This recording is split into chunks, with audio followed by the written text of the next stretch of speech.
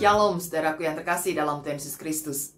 Saudara, di dalam khotbahnya di bukit, Tuhan Yesus pernah mengatakan bahwa kamu adalah garam dunia dan kamu adalah terang dunia. Kenapa sih kita mesti dipanggil, diutus untuk menjadi garam dan terang dunia? Dan dengan itu kita mesti melakukan karya-karya yang baik, kita harus menolong sesama, kita harus menghasilkan perbuatan-perbuatan yang dapat mempermuliakan Bapa dan memberkati juga banyak orang. Bukankah semuanya itu merepotkan? Sedangkan kita sendiri memiliki banyak kebutuhan-kebutuhan. Kita memiliki persoalan-persoalan yang juga menuntut perhatian kita, membutuhkan banyak waktu untuk menyelesaikannya, dan ada banyak pencapaian-pencapaian yang ingin kita raih supaya hidup kita menjadi lebih baik. Dan kita tidak mau bukan hidup biasa-biasa saja, begitu-begitu saja. Kenapa sih mesti harus garam dan terang dunia dan seolah-olah itu justru membebani kita? Saudara mau tahu alasannya?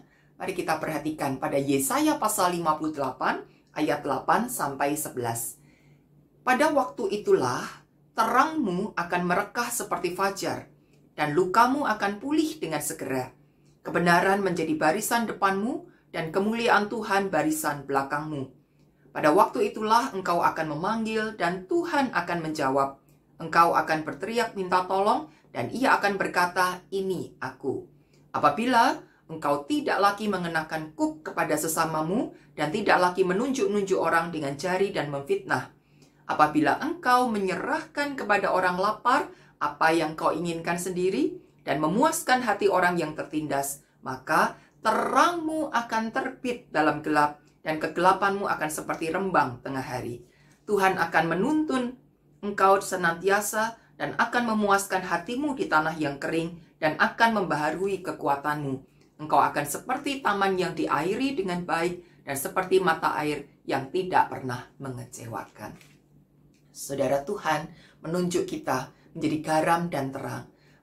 Menunjuk kita untuk melakukan tugas-tugas panggilan, berkarya bagi sesama, melepaskan mereka yang terbelenggu, memberikan apa yang diperlukan oleh orang lain. Sebetulnya semuanya itu justru demi kebaikan kita.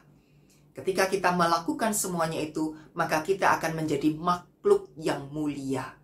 Makhluk yang serupa dan segambar dengan Allah. Sebagaimana Allah kita adalah Allah yang mulia karena Ia telah berkarya melakukan segala yang baik bagi umat manusia. Ia memberkati, Ia memelihara, bahkan Ia menebus hidup kita, membersihkan kita dari segala dosa-dosa kita. Oleh karena itulah kita menyembah kepadanya, Dia menjadi pribadi yang maha mulia. Dan oleh karena itu Tuhan juga mengundang kita untuk menjadi makhluk yang mulia. Dan bukankah kemuliaan itu bukan sekedar diukur dengan berapa banyak yang kita miliki, tetapi justru diukur dari berapa banyak karya yang bisa kita hasilkan. Kalau kita hanya berdiam saja, kalau kita tidak melakukan apa-apa, bagaimana pihak yang lain akan menghormati kita? Dan bagaimana kita bisa menjadi serupa dengan Allah? Justru dengan jalan berkarya bagi sesama manusia, dengan jalan membebaskan umat manusia dari belenggu-belenggu kesesakan, dengan jalan berbagi kasih dengan sesama umat manusia dan juga seluruh ciptaan. Maka disitulah kita menjadi manusia yang berdaya guna, manusia yang punya kualitas hidup yang baik, manusia yang berharga, manusia yang mulia.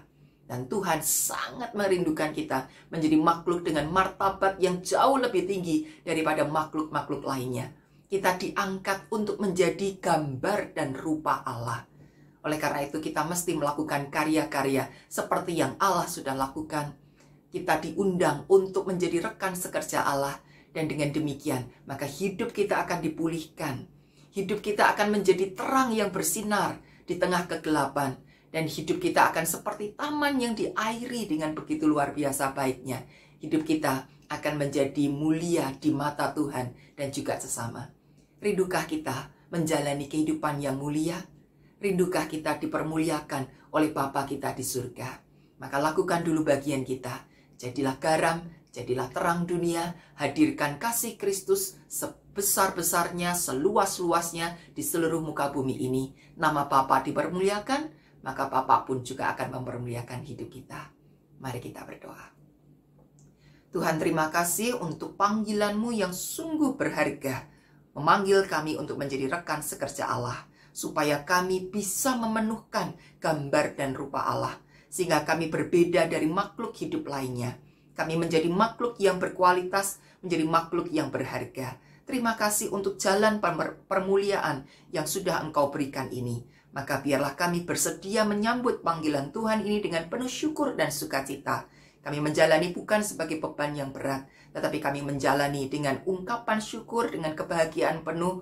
Karena dengan demikian, maka Allah Bapa di surga akan memuliakan kami dan akan membuat hidup kami bersinar terang bagai taman yang diairi dengan air yang baik, dan hidup kami sungguh menyatakan kualitas yang baik. Terima kasih Bapa. Tolonglah kami masing-masing supaya kami mengerti jalan yang harus kami tempuh untuk menjadi alat di tangan Tuhan. Di dalam nama Tuhan Yesus Kristus kami berdoa. Amin.